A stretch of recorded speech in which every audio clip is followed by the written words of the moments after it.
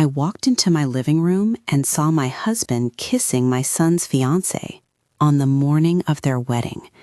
The hydrangeas I had spent 2 Saturdays deadheading sat in the vase by the window, the stems still crisp, as if nothing inside the house could possibly be out of place.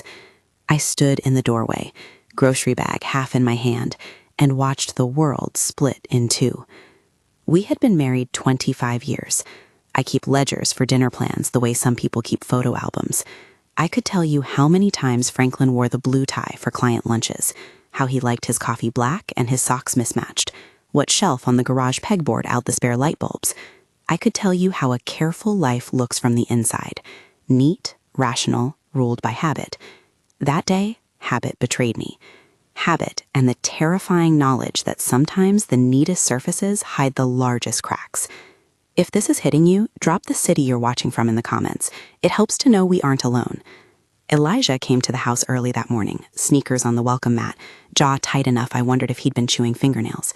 He's always been the kind of person who feels things in his whole body, a storm passing through a kitchen window. He sat at my kitchen table with a cup of coffee I didn't remember making and pushed his phone toward me. On the screen, a sequence of photos scrolled. Madison laughing in a booth at a diner. Madison and Franklin in the twilight behind a delivery entrance. A picture so ordinary it hurt. Franklin's hand on the small of her back as they walked down a street neither knew I'd ever seen them walk. Does she really love me? His voice was thin. Not the rhetorical question of a man being dramatic, but the tiny, devastating plea of someone trying to measure a life that's supposed to be built on trust. Elijah had been suspicious for months. He told me he had been careful, private about it, that he didn't want to make a scene, didn't want to become that son who accused his future wife. But he had also been a child who learned from books and documentaries. He'd swallowed his pride and hired someone professional. He showed me footage, too, nothing explicit, just images of them together in ways that meant what I already knew when I saw them. They were intimate. I told myself the practical things I always tell myself when the ground starts to shift. Breathe, list, prioritize. My head started making inventory even as my throat closed up. Clothes in the dryer, the pair of wedding bands in the velvet box beneath the cable bill, the rows of beneficiaries and accounts I had set up years ago when we still used paper statements, numbers lined up in my mind like soldiers. I need to see for myself, I said. Elijah nodded. We walked across the street to the small park that overlooked our cul-de-sac. The light was low. The house looked ordinary there in the late gray morning. I told myself I was going to be quick. I told myself I was going to gather evidence so I could advise, so I could protect, be the mother and the accountant and the woman who keeps a cool head. But truthfully, I think part of me wanted the shock to be contained, to be a private thing between us before it spilled into the open. We stayed behind the hydrangea bushes, the leaves tickling our hands. Madison and Franklin were on the patio, their backs to the street. They were close enough that I could see the color in Madison's cheeks when she laughed. Her hand brushed his arm. He lowered his face slowly, and then there was a kiss, the kind of kiss that is short and capable of changing years of certitude in a single motion. Time did the oddest thing. The moment stretched like a film frame held on pause. I felt the cold of morning air as if it were a physical object against my skin. Elijah put a hand on my shoulder. His fingers were ice. We watched until Madison leaned in, and he wrapped her arms around her. The sight of him with her should have made something recoil in us, but it did not. It made something else harden. We retreated without being seen. Franklin and Madison went inside the house, carefree in ways that made my insides hurt. I went back to the kitchen, where the kettle was still warm from someone else's use, and I sat down at my own table, the ledger of my life open in my head. Dates of deposits, anniversary dinners, Franklin's explained late nights. None of it added up in the way it had before. I called my sister. Aisha Whitfield to the formal world, retired from the city police force 2 years ago, and, inconveniently for deceitful people, took up private work. She has eyes like a scanner and a voice that can turn conversational into strategic without seeming cold. When I told her what I had seen, she didn't whisper or gasp. She asked, "Do you want me to start with the financials or the footage?" Because that is who she is. Rationale and efficient, and terrible for people trying to hide things. She came over before noon. She walked through my house like she was reading a file, the knitting basket untouched on the armchair, wedding invitations stacked like small altars on the sideboard, a tie draped over the banister. She didn't flinch when I told her what I had seen. She simply set a thermos down on the counter, sat, and said, "We do this by the book. If you want this to hold up, we put everything into professional hands." That phrasing steadied me more than I thought it would. By the book is the way I live my life. When my father died, I balanced his accounts and wrote lists for the funeral. When clients come to me with muddled books, I find the thread that will unravel the confusion. The idea that someone else, someone whose job it was to follow process, would make sure the paper trail stayed clean was a kind of bomb. Aisha had more than eyes. She had people. She had a private investigator she trusted, who moved in the background like a friend you only saw invitations of. The PI had been watching. The photos he brought confirmed what Elijah had shown: repeated meetings, late-night exits, a pattern that looked more like a long-term arrangement than a transitory mistake.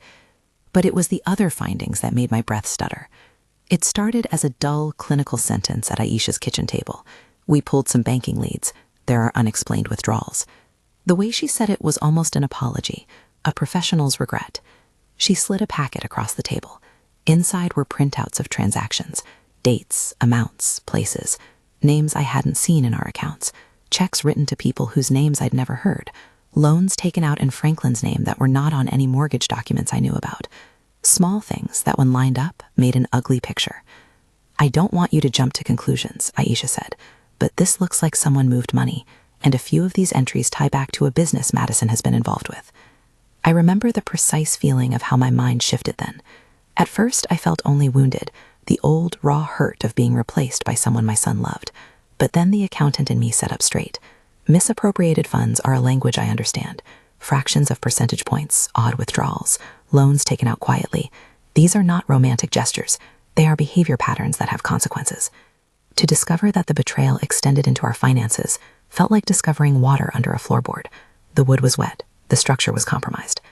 "I need copies," I said, "and I need to know how much." Aisha handed me a list and told me who would handle the rest. The forensic accountant was someone I had recommended years ago to a business colleague. His files were immaculate, his patience endless. He would not take statements at face value. He would cross-check, subpoena if necessary, and keep his chain of custody so tight a jury would trust him. There was comfort in that chain. There was relief in knowing this would not be messy gossip handed around the neighborhood. This would be an investigation. I thought of Zoe for the first time in a different light then. The name had popped into our circle like a stone dropped into water, small ripples. A woman named Nicole Jenkins had reached out to Elijah weeks earlier with a message about a father. The words had felt like a cruel joke at first, but then there were records, a timesheet, a name on a check, a photograph of a girl with a face who looked like a thoughtful, strange coincidence of features. When we sent a sample for analysis through the lab recommended by Aisha's team, we were told to expect routine processing and a clear answer. A week later, the lab report arrived. The words were clinical and precise. There was no melodrama. The conclusion read like a line item in my ledger. The probability of parentage was high. I remember the moment I read it. I was alone at my desk, the afternoon light slanting across the pages. The sentence could have been printed in any other font and told the same story. It said what it said, and the room tilted. 15 years is a long time. 15 years of birthdays, school plays, scraped knees, teenage rooms with posters. All of it now had an additional access. A child in another woman's life who bore a name and a birthday and an entirely separate narrative was, by way of science, ours as well. The child was 15. The child was named Zoe. The fact of Zoe's existence is one thing. The reality of her being the product of a secret Franklin kept, the payments, the late-night messages, the separate bank accounts we found traces of, was another. For days, my brain went back and forth between fury and a strange maternal protectiveness. How do you feel about a child who is innocent in all of this? How do you parse your anger so it doesn't spill on someone who is not to blame? We did not go to Nicole at first. Aisha handled that conversation like a mediator. Nicole was frightened, tired, someone who had been holding a secret as long as Zoe had been alive. She had documentation of support payments that matched small withdrawals on Franklin's card. She sent what she had. For Zoe's sake, we insisted the lab and authorities manage the testing. That was another relief, the knowledge that professionals would not sensationalize the child's existence, that Zotero and chain of custody would be respected, that Zoe's privacy would be preserved. But financial misconduct and a secret child still did not explain the intimacy in my living room that morning. It did not make the kiss less of a knife. It did explain motives that were far more pragmatic than romantic. When the forensic accountant sent his first report to my encrypted email, and yes, I had encryption set up because I am that person, it began to sketch a pattern of behavior that made the motive clear. Franklin had taken out a line of credit against his retirement account. There were signatures that looked like his but were done in the handwriting of someone who practiced forging paychecks. Slow, rounded loops, a pressure that betrayed the hesitation of someone covering tracks. Madison's name was in places, the recipient. Madison had access to accounts at her firm that allowed her to redirect client funds. Not speculative. Entries, dates, numbers. You need to be careful how you use this, Simone, Aisha said over the phone. This is evidence. You don't go waving it around. You don't confront them yourself until the protective measures are in place. If you expose it badly, you lose it. If you expose it badly, you risk the civil... Her voice trailed off and I completed the thought for her. Consequences for everyone, including Zoe. We both understood what she meant. There were ways the truth can be used to protect and ways it can be used to destroy. Aisha always leaned toward protection, as if it were a moral imperative. And yet, in the same week, I went to bed at night picturing the way his lips had met hers by the sunroom window. Some betrayals burn in moments. Others burn like long fuses, and you only notice the concussion when something finally explodes. Mine was both, a flash exposure and slow, corrosive fraud. People always ask where the courage comes from in moments like these. I can tell you the practical answer. It came from training. It came from sitting in a lecture hall as a young CPA, being shown how figures must align and what discrepancies look like. It came from keeping lists of things I could control. But there was another part, harder to catalog, that arrived as a simple, ungarnished anger on behalf of my son. I thought of Elijah standing at the altar in a few days. I thought of him making vows in good faith. That image galvanized me. What began as a private, humiliating wound quickly became a protective fire. We convened in my living room that evening with Aisha, Elijah, and the few professionals he had insisted on. We talked strategy in neutral, practical terms. Aisha repeated what she always says in her police voice. We collect, we preserve, we document. We do not engage more than necessary. We had to think of Zoe and Nicole, too. We had to think of the legal ramifications for all of them. We had to think of the cost. Franklin's actions were not simply moral failings. They had real financial impact. His name on our retirement documents on titles meant he could cause damage that would last after emotional wounds healed. You know he'll deny it, Elijah said, in that raw, close way he has, when anger and disbelief battle for the surface. People like him compartmentalize. He'll claim this is a misunderstanding. He'll get Madison to do it for him. Madison had not been a quiet figure in our lives. The Ellingtons, her parents, were known in town. Charitable foundations, gallery openings, a veneer of respectability that made the fall from Marie spectacular. I imagined them as a kind of social net that might cocoon or tangle us. That is what reputation buys, a buffer. But it doesn't buy the truth. Aisha suggested we prepare for the moment when words would be necessary. You'll need to decide how public you want this to be, she said. Sometimes going quiet is protection for a family. Sometimes exposing publicly cuts off the lies at the source. Even in retirement, her instincts were of a cop who had seen how patterns repeated. The more public, the less able the accused are to gaslight a public that has access to the evidence. But the more public, the more collateral damage to lives like Nicole's and Zoe's. I found during those nights that my mind traveled between the two places, the ledger and the tenderness. When I thought in numbers, I saw Franklin's withdrawals and could begin to prevent the worst by freezing accounts, contesting transactions, and retitling assets. When I thought tenderly, I imagined sitting across a table from a 15-year-old who had been abandoned and saying, "You are welcome here. You are not a scandal. You are my son's child. I will find a way to be decent." That balance, being fierce for evidence and humane for Zoe, became the rhythm I lived by. The days that followed were a blur of meetings, review sessions, and small, bitter rituals. I updated beneficiaries. I had the divorce paperwork drafted and placed with the attorney Aisha recommended. I had contingency plans for clients who might question the legitimacy of my work if the story became public. There were calls from an editor at a local paper asking for comment. I told them I could not, that the matter was under investigation. People began to notice the coldness between Franklin and me, like the weather notices a coming front. He called at odd hours, said he was working late. He straightened his ties in the mirror like nothing was wrong. And yet he was not the same in private. Once, when he thought I was asleep, I overheard him on the phone in a voice I didn't recognize, low, urgent, apologetic. He spoke in particulars that weren't for me. I stored the sound like another piece of evidence. There were small, singular cruelties, too. Madison sent me a wedding gift, a hand-blown vase with a card that said, "With love on your son's day." I put it on the shelf and watched it sit there like a bright, indifferent thing. The irony of a gift sent from a woman who had been in my living room hours before, lips on my husband's mouth, felt so sharp I could bleed. Sometimes, when the inventory of betrayal threatened to overwhelm me, I would sit at my desk with my ledger and write down the facts as if they were entries. Date, action, evidence. It helped. Habits help. Numbers order through chaos. On a quiet afternoon, Elijah and I walked through his old bedrooms, clearing out boxes of college textbooks and framed photos. He found a dried boutonniere from his first prom and pressed it into his palm like a relic. "I thought I knew her," he said, and I didn't have words that could replace the ones he lost. Then one slow evening, Aisha called and said, "We got something you need to see." We drove across town to a diner and sat in a booth under a neon sign. The PI slid a small folder across the formica. Inside were photos taken over months, Franklin's receipts showing cash withdrawals, a check with an unfamiliar payee, a photo of Franklin and Madison's hands on a countertop in a dim Airbnb with the city skyline visible through the window. There were also emails with copy and paste phrases that sounded rehearsed, and messages between Madison and an account labeled in a way that suggested she'd been diverting funds. "What do we do with this?" I asked, trying not to let the tremor creep into my voice. Aisha looked at me with that same steady gaze. "You use it to stop him from doing more damage," she said. "You protect the child. You protect the family assets that belong to Elijah and you. You make sure there's an honest record, and you decide whether the truth will be private or public." Her words were an invitation and a burden. The invitation to act. The burden to choose the mode of exposure. If we went quiet and legal, it would be slow, and perhaps more certain. If we went public, it would be swift, messy, and irrevocable. There are moral questions that attach themselves to acts like these, not philosophical ones so much as domestic ones, about dignity and the cost of truth. My mother used to tell me that humiliation is a double-edged sword. It may reveal the lie, but it carves into real people. I thought about that a lot when I imagined what public exposure would do to Madison and to Franklin.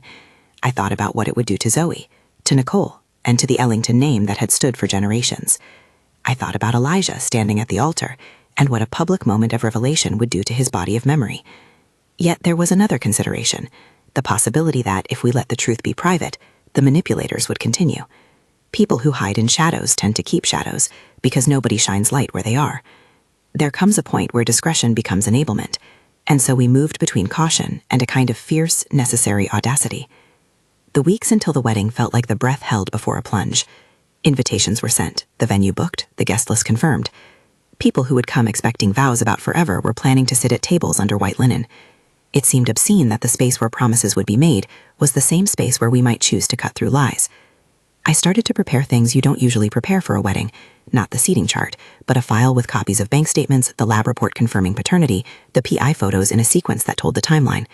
I made sure every document was in a sealed envelope stored with the attorney, not for the thrill of exposure, but because I had begun to understand that truth, when it is weaponized, must be wielded carefully. Aisha and I talked about custody, about protective orders if necessary, about how to bring Zoe into any future family context without spectacle. "Elijah deserves to know the truth before he says his vows," I said one night. "But does he deserve to have that truth ripped open in public?" "He deserves to choose," Aisha replied. "That's what this is. Give him the option." It was Elijah who chose in the end, but not without agony. He wanted confrontation. He wanted to stand in the place where he would declare love and see whether that love was grounded in honesty. The idea of announcing the truth at the wedding was not born of vengeance alone. It was born of the practical observation that Madison had access to power and narrative, an ability to spin and deflect.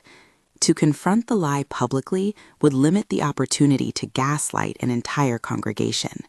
It would let the truth be visible in a space where witnesses could attest to what the evidence displayed. It was dangerous. It was also perhaps the only way to be sure. We began to shape a plan like one pierces together broken furniture, carefully with fasteners in place, aware of the tension points. Aisha coordinated with a small group of professionals who could execute with discretion, the forensic accountant, the lab, a lawyer who could be on site if something went sideways. I apologized often to myself in the mirror for being forced into a position where moral choices had to include public exposure. I rehearsed the voice I would use if the moment came. Calm, factual, no triumph. There were nights I lay awake thinking about small, particular things. The scent of the hydrangeas on a table, my father's voice when he told me to always act like a lady and keep the receipts. The receipts, literal and metaphorical, had become my talisman. Each one was a step toward making something buried visible. Franklin's behavior during all of this was a collage of ordinary denials and extraordinary audacities. He called me at odd hours. He sent flowers as if to apologize for a time when the problem was simply forgetting an anniversary. He made gestures that in another universe might have been sincere. But the ledger doesn't lie, and that was my anchor. I could spend all my energy on the crush of emotion, the humiliation, the rage, the sense of loss, or I could convert that energy into a sequence of actions that protected those who had not chosen deception: Elijah, Zoe, Nicole, myself. The week before the wedding, everything felt hyper-real. The invitations had gone out. People were booking hotels.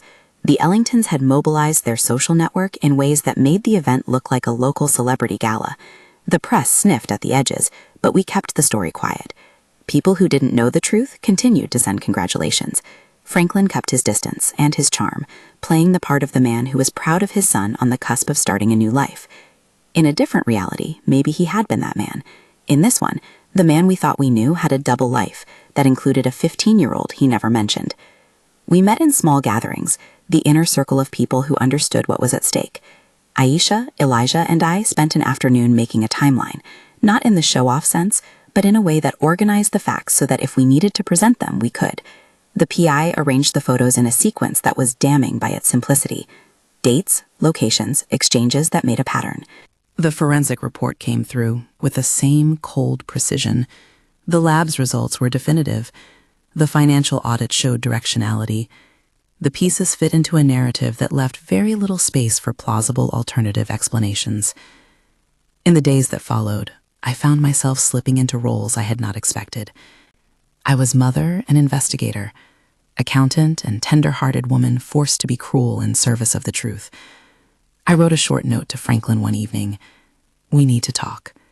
It was simple, a ledger entry of intention. He read it and called. His apology was practiced and familiar. He tried to make sense of geometry that didn't belong to him: stress at work, an affair that had meaning, a child he claimed he hadn't known how to approach. I let him speak and kept a record. Words from his mouth became data points. "You could have told me," I said. "You could have told Elisha." He asked for forgiveness. He asked for privacy. He said the word mistake, like it might shrink the harm into something forgivable. There were moments when I wanted nothing more than to collapse. There were other moments, sharper, when I felt a cold, clean resolve. How do you keep a family whole when one of its members has been living a parallel life? How do you protect an innocent child from becoming a trophy or a weapon? I moved through those questions the only way I know how, by doing the next practical thing, and the next, and the next. And so we waited for the wedding. We prepared contingencies. We made sure that if the moment came and we needed to present evidence, it would be admissible, documented, and true. We did not plan for humiliation. We planned for truth. The morning of the ceremony, as the sky lightened and a hush settled over the house, I found myself having to make small domestic decisions that felt enormous. I chose which dress to wear. I kissed Elijah on the forehead and told him I loved him in a way that was simply fact.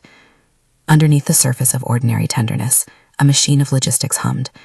Envelopes in the attorney's hand, a backup drive with a copy of the forensic report, my sister's quiet readiness. Part of me wished for dramatic confrontation, for a single cinematic moment that would make the ugliness visible. Part of me also wished for time to breathe and to heal without the spectacle. As we drove to the venue, my hands were steady on the steering wheel, but my chest felt like a drum. The car smelled faintly of the perfume I had worn since my 20s, a small piece of me that Franklin had once loved. He sat in the passenger seat and spoke about the weather, about the catering, about the small details of the day as if we had not just discovered another life that morning weeks ago. He reached for my hand at a stoplight. I let him, and my skin registered the touch as an old, complicated map. When we pulled into the driveway at the venue, people bustled about with clipboards and smiles. The day had been planned down to the last petal. Guests streamed in, unaware that beneath the white tents and the music, something else was being loaded behind the scenes. A file, a slideshow, the possible unmaking of reputations. The officiant adjusted his collar. The musicians tuned their instruments. Normalcy, in that luminous, dreadful way, continued its business. I sat for a long minute in the dressing room and thought of the hydrangeas, of the living room where I had seen them, of the tiny domestic rituals that signaled safety, and how perverse it felt that those same rituals had sheltered deceit. I picked up a pen and signed a page of divorce documents, slid them into an envelope, and placed them in my purse.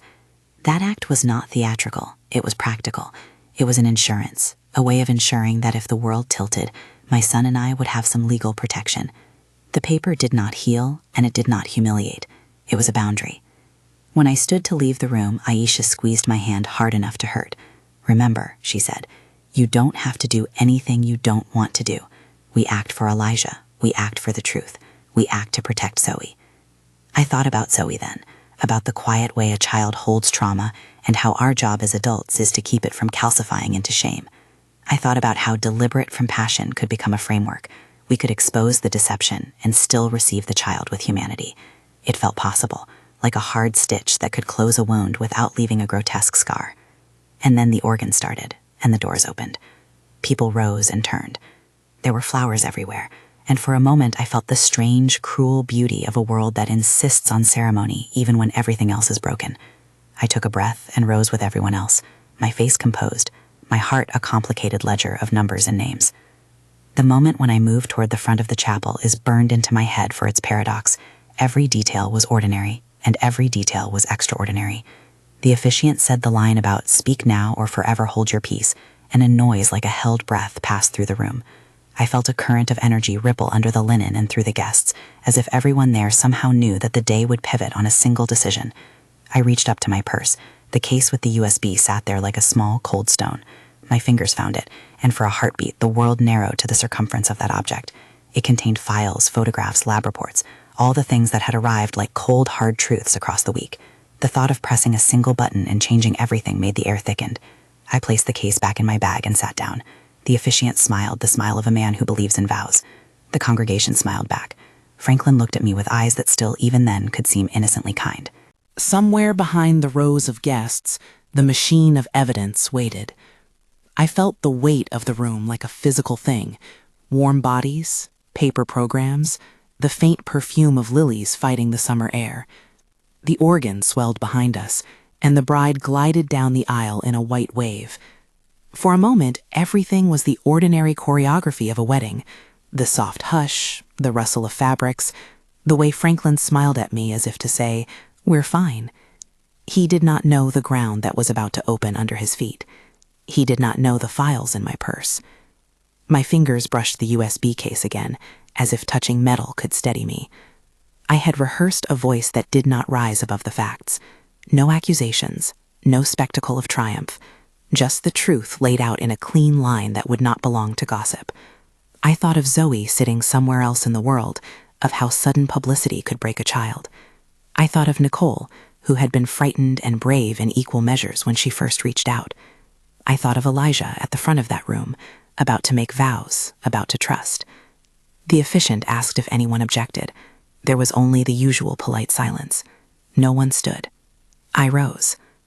When I speak of what happened next, I have to do it in small pieces because the memory is built of sharp, clean images. I walked down the center aisle, and the air around me felt like a magnifying glass. People turned. Faces softened at first, as faces do when they see a woman gliding toward a ceremony. I took my seat near the front, the USB in my bag like a sleeping animal. Then I did the only thing that felt honest to me. I stood when the words of the vows concluded and asked for a moment of the officiant's attention. I kept my voice steady. I said simply, "This is not a private matter anymore." I did not shout. I did not cry.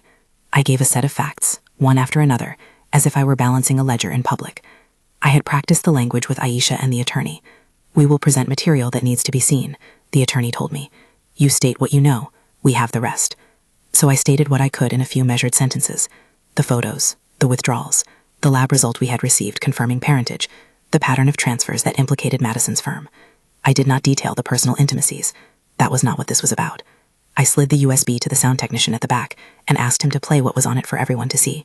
You know the sound a room makes when it realizes it is about to change? It's not loud. It is the sound of breath caught. The projector flickered, and then the screen behind the officiant glowed. The first image was a photograph of my kitchen window, taken from a distance, where someone had once seen them together. Then came the dates, the small amounts of cash leaving accounts, the emails in plain text with redirect instructions. The lab report appeared as a plain form. The name, the result, a number that meant parentage. The sequence was clinical and damning by design.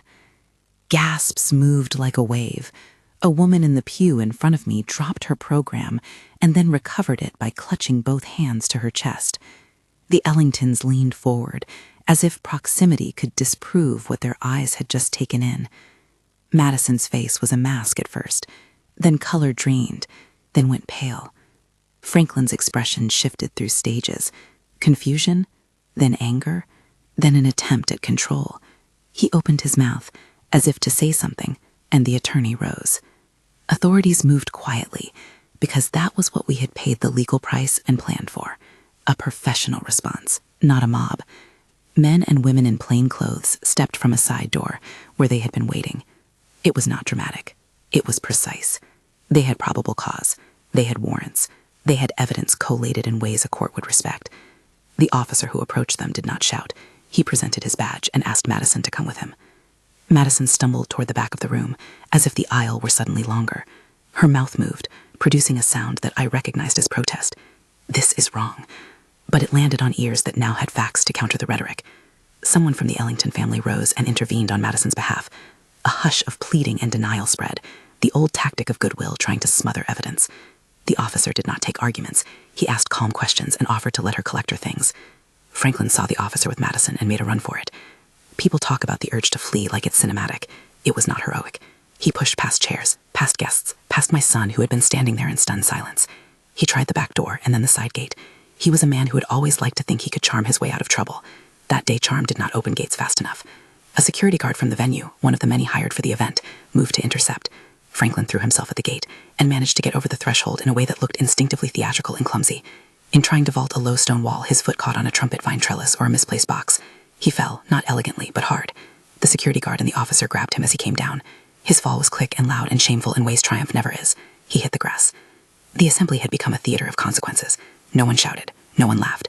There were tears, and there was a low, buzzing conversation that smelled of disbelief. Elijah stood still, as if his body had been turned to stone. His mouth formed words that were swallowed. He did not move toward Franklin. He did not run. He simply stood there, and I saw in him the shell of a man who had to remake his life out of truth. I will not pretend the room was kind to Franklin in that minute. I will not pretend the Ellingtons did not reach for explanations. They did, but there was another thing moving through the crowd, a kind of witness logic that happens when facts are visible.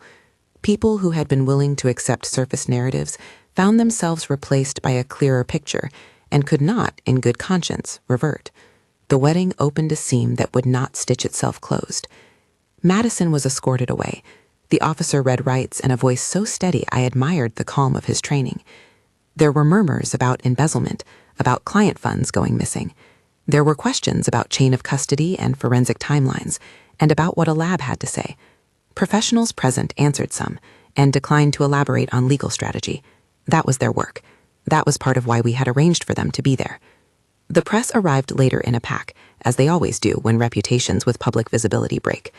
They were careful, at least at first, because the attorney we had on site ensured that comments would be limited and that any statements would be vetted. I said little. When a microphone faced me, I folded the words into a single, clean line. We had to stop more harm. That was our motive. I would not add color beyond that. I would not allow the narrative to turn into a blood sport. The immediate aftermath was mechanical and raw. Madison was charged. She would later plead guilty to charges connected to the misappropriation of funds at her firm. I do not relish the details of court proceedings, but there were motions, hearings, and eventually a plea agreement. She received a sentence that included time and restitution. That is the legal fact of our story. It is not a moral absolution. Crimes had consequences. So did deceit. Franklin returned home in handcuffs, though the charges against him were initially civil and criminal investigations into bank fraud and forgery progressed more slowly. He lost his job, of course.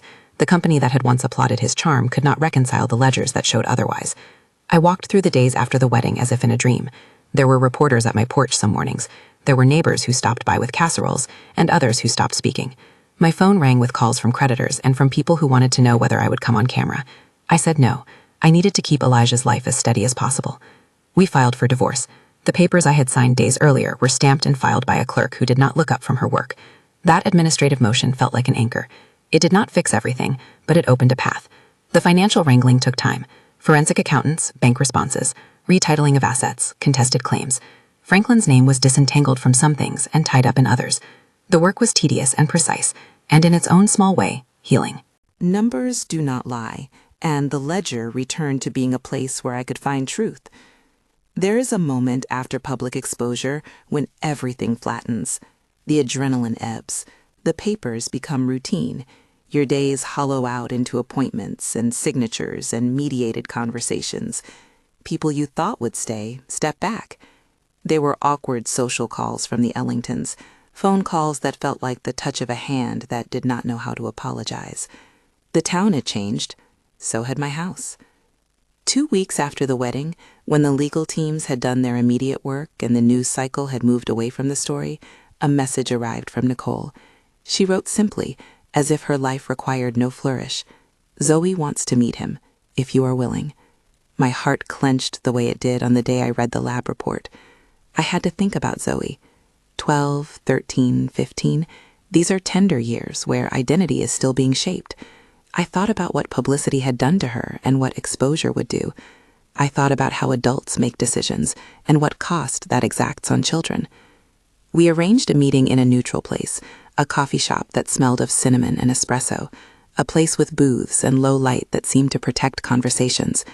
Zoe sat with Nicole at the corner table, a scarf wound around her neck like a brace. She had a sketchbook on the table and a pencil tucked behind her ear. She looked at me with a kind of guarded curiosity. She was small for 15 in some ways, and huge in the ways that grief makes a child taller. Meeting her for the first time felt like walking into a room where many other people had painted false narratives on the wall. She was not a plot point. She was a person with habits and a laugh that came unexpectedly. We spoke about small things at first, the school she attended, what she liked to draw, that she loved constellations. She asked questions in a voice that was careful. She was not accusatory. She wanted to understand where she fit into this cluster of adults who had misbehaved. I told her the truth in a way I thought would not fracture her, that Franklin was her biological father, that mistakes had been made, that she had not done anything wrong, and that if she wanted to know more, we would walk that path with her on her terms. I told her Elijah was her uncle. I told her she was welcome to come by sometimes. She nodded, then went back to sketching a small, impressive drawing of a moon. There are parts of becoming family that are not cinematic. They are slow. A message asking if she wanted to come to a baseball game, a text that sent a photo of a raccoon she had seen in the yard, a plate of cookies left on a doorstep with a note saying welcome. Zoe came cautiously, and we matched her pace. We were mindful of not turning her into a symbol. She is a teenager, still a child in many ways, and we treated her accordingly. She had counselors, and Nicole chose her timing. We supported that. Madison's punishment came with its own tangle of sorrow. She had been a person who, at some point, made choices that hurt many people. The court record lists facts and restitution and legal penalties. She served time. She wrote letters from inside that were sometimes contrite and sometimes detached. I never met her in the years after. The law did what the law does. Inside of it, there were human ripples that did not stop at a sentence. Franklin, for his part, was stripped of the social scaffold he had built. He lost clients, friends, the currency of credibility. He tried to make amends in ways that often read like performative gestures. There were conversations, mediator rooms, and finally documents that ended the legal marriage. He asked for forgiveness in a way that pivoted between genuine and self-serving. I forgave him in my way, a quiet act inside me meant to free myself from the rope of bitterness. Forgiveness is not a green light for reconciliation. It is a decision to stop hauling the wound around. The months after were not tidy. I downsized my life. The house we had kept for 25 years felt too populated by ghosts. I moved into a smaller place with hydrangeas on the stoop and a kitchen I could manage alone. My business, which had suffered rumor and some lost clients, slowly steadied as I spoke frankly with the people who mattered. They were my real clients, the kind who cared about integrity and stayed when they saw the diligence of the work. I rebuilt with patience and careful marketing. It was ordinary work. Returns filed, ledgers balanced, meetings kept. There was dignity in it. Elijah, raw and wise beyond his years, moved cities. He took a job teaching design, something that had always lived in the peripheries of his life. The wedding had been a bookend to a particular version of his history. He found new friends, new projects. He dated clumsily and then more kindly.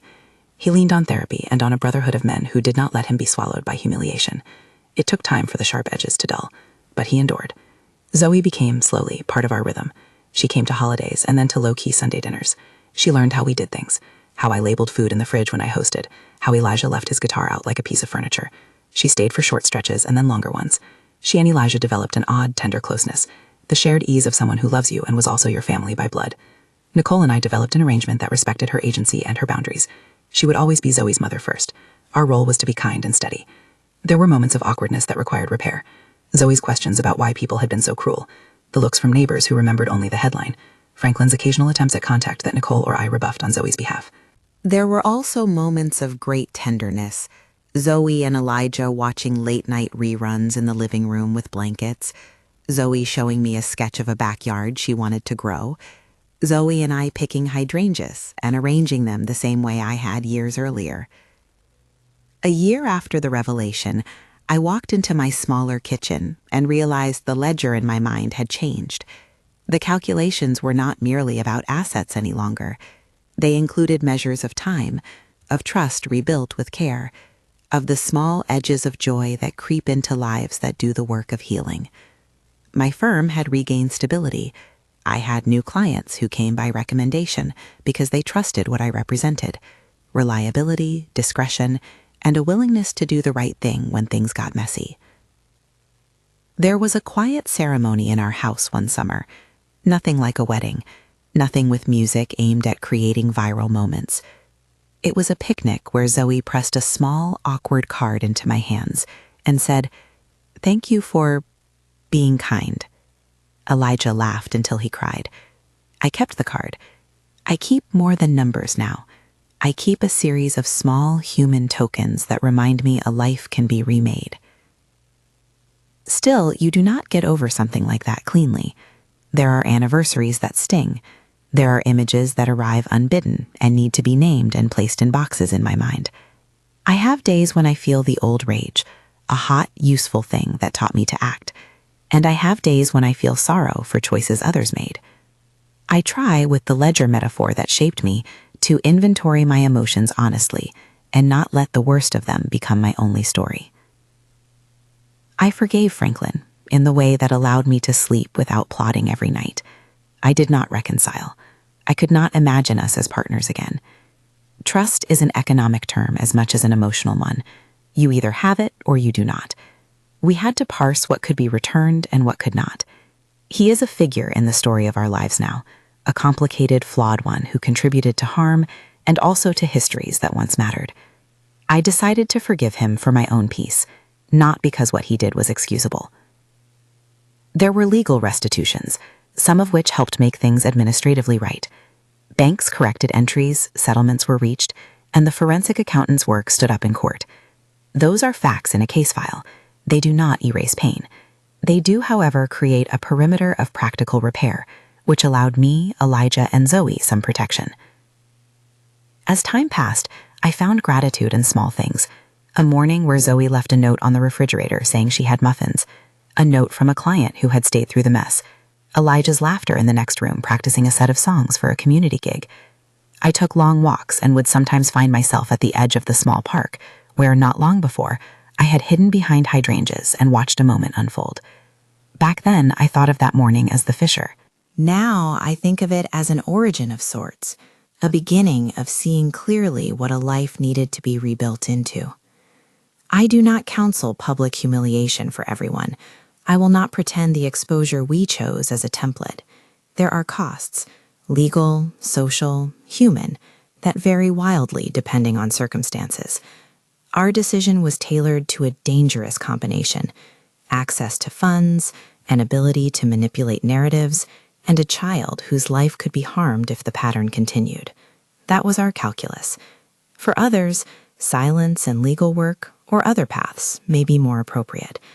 But for me, that day, asking for witnesses in a room of people who could attest to the evidence felt like the only route to ensure the truth could not be erased. If you are watching and your life is cracking in ways that feel like betrayal, I will say this: keep a ledger of facts. Seek professionals who understand how to protect evidence and people. Protect children first. Protect yourself. And whoever you are, know that you do not have to carry the weight of shame that others try to hang on you. Shame is not its own truth. People ask me now, months and then years later, whether the satisfaction outweighed the cost. The answer is complicated. The satisfaction of seeing a ledger align and wrongs addressed is real. The cost, private and public, was also real. But most of all, what I think about is what was rebuilt that is honest. A smaller house, yes. A business that hums. A son who learned to choose truth as a principle. A girl named Zoe who has a hand in our kitchen now. Those things have a quiet, steady value. On certain evenings, I sit with hydrangeas on the table and a cup of tea and think of the strange anatomy of trust, how it is built of rituals, of small proofs, of the way someone shows up day after day in predictable ways. When that pattern is broken, there is grief. When the break is made visible and accounted for, there is a chance to stitch a different pattern, one made of honesty and restraint and protection for the vulnerable. If you have taken anything from this story, the caution, the practicalness, the tenderness, know that you are not alone. People have survived things that felt like endings and have built new chapters that hold beauty. It is not instantaneous. It is slow, legal paperwork and counseling sessions and awkward dinners, and eventually laughter that starts honest and small. If this story resonated with you, I'd like to hear where you're watching from, or a single word that sums up how this made you feel. Share it in the comments. If you want to hear more stories like this, or follow along as we continue to build a quieter, truer life, please like and subscribe. Thank you for listening.